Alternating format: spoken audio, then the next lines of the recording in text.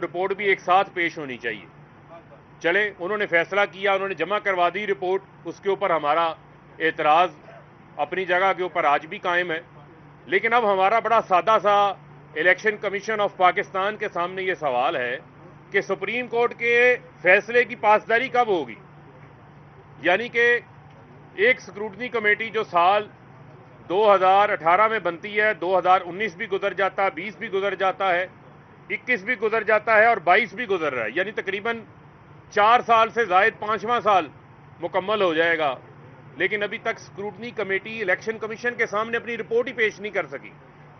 تو election commission سے یہ ہماری استدعا ہے کہ یہ پابند بنایا جائے, اور ہم یہ امید کرتے ہیں کہ کوئی سیاسی جماعت جو ہے وہ لاڈلی نہیں ہے,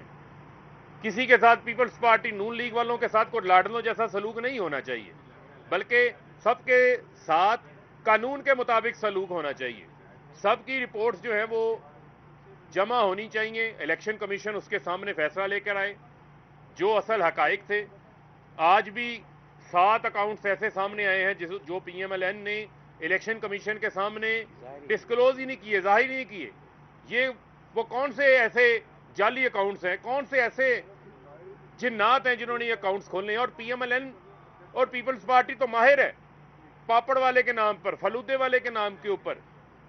پھیڑی والے کے نام کے اوپر, ریڈی والے کے نام کے اوپر,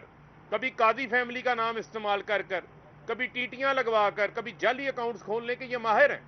شہباز شریف پر 16 ارب روپے کا ایف آئی اے کا کیس کیا ہے؟ رمضان شوگر مل کے ملازمین کے نام کے اوپر جعلی اکاؤنٹس کھلے ہوئے ہیں, ٹیٹیاں لگ جاتی ہیں. جو لوگ کبھی لندن گئے ہی نہیں, کبھی خواب میں لندن نہیں گئے ہوں گے, ان کے نام سے ٹیٹیاں لندن سے آ رہے ہیں. یعنی یہ ایسے آئنسٹائن ہے, بلکہ جو آئنسٹائن ہے وہ بھی اب دنیا میں نہیں ہے, وہ بھی یہ سوچ رہا ہوگا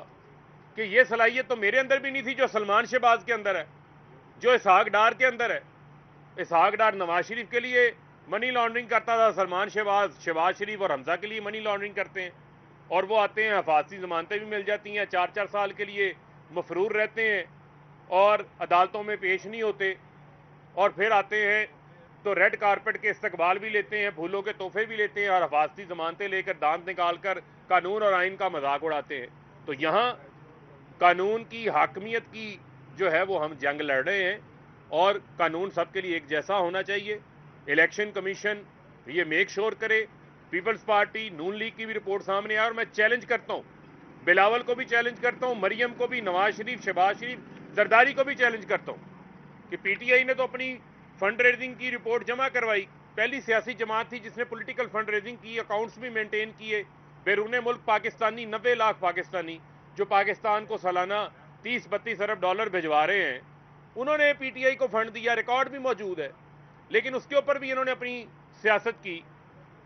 رپورٹ بھی آ گئی, کمیشن کا فیصلہ بھی آ گیا, عمران خان کے اوپر کرمنل پروسیڈنگ کا کیس بھی شروع ہو گیا ہے, لیکن پی ایم ایل این اور پیپلز پارٹی کی رپورٹ نہیں آئی. تو پھر میرا تو یہ حق ہے نا کہ میں یہ مؤدبانہ گزارش بھی کروں اور یہ سوال بھی اٹھاؤں کہ ابھی تک الیکشن کمیشن جو ہے وہ رپورٹ کیوں نہیں پیش کر رہا, یہ رپورٹ کے اندر کس بات کا ڈیلے ہے, کیوں عوام کے سامنے یہ حقائق نہیں آ رہے تاکہ پتہ چلے کہ یہ پی ایم ایل این کے اکاؤنٹس کس منی لانڈرنگ میں استعمال ہوئے, کہاں سے پیسہ آیا. یہ لندن میں یو کے لمیٹڈ کمپنی جو نون لیگ کی بنی ہوئی ہے,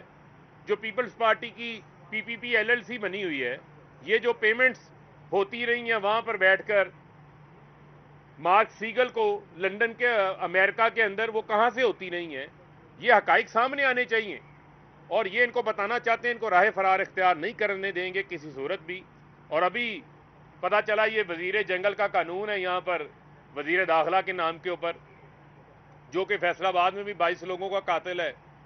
اور ماڈل ٹاؤن کے بھی 14 لوگوں کے شہداء کا خون اس کے سر پہ ہے, 25 مئی کا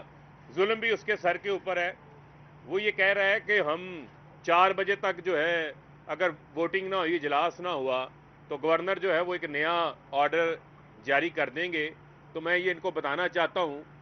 کہ یہ جو آپ کے دماغ کے اندر یہ بھونڈی سازشیں آتی ہیں, یہ ملک کے اندر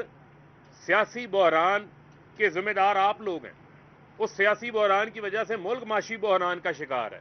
8 مہینے میں آپ لوگوں نے اپنے این آر او لے لیے, آپ لوگوں نے اپنی چوریاں معاف کروا لی, کیسز معاف کروا لیے, اور آج آپ لوگ دانت نکال رہے ہیں. غریب آدمی کا چولہا ٹھنڈا پڑا ہوا ہے, 50 سالہ مہنگائی کے ریکارڈ ٹوٹ گئے ہیں, 20 لاکھ ٹیکسٹائل کے مزدور بے روزگار ہو گئے ہیں, 7.5 لاکھ لوگ ملک سے باہر چلے گئے ہیں, بجلی مہنگی کرنے کی بات کر رہے ہیں. کبھی کہتے ہیں جی ریسٹورنٹس 8 بجے بند کر دیں, شادی ہال 8 بجے بند کر دیں, کل کو لوگوں کو کہیں گے سانس لینا بند کر دیں. تو یہ نہیں ہو سکتا کہ آپ لوگوں کو جو ہے وہ کھلی چھٹی دے دی جائے اور آپ غیر آئینی اقدامات کریں. میں ان کو یہ تنبیہ کر رہا ہوں, کسی قسم کا بھی کوئی ایڈونچر کرنے کی یہ کوشش نہ کریں. یہ ایڈونچرز نہ تسلیم کیے جائیں گے, یہ عدالتوں کے اندر جو ہے وہ چیلنج ہوں گے. پنجاب کی 12 کروڑ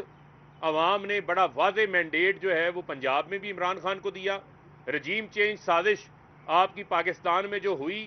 اس کا فائدہ لوگوں کو پتہ چل گیا, چوریاں معاف کرا کے NRO 2 لے کے یہ ساری PDM کو ہو گیا, نقصان عوام کا ہوا, پاکستان کا ہوا, اور اب آپ کو مزید ملک کا جو ہے وہ نقصان نہیں کرنے دیں گے. اور میں یہ ان کو خبردار کر رہا ہوں, کسی قسم کا بھی کوئی غیر آئینی اجلاس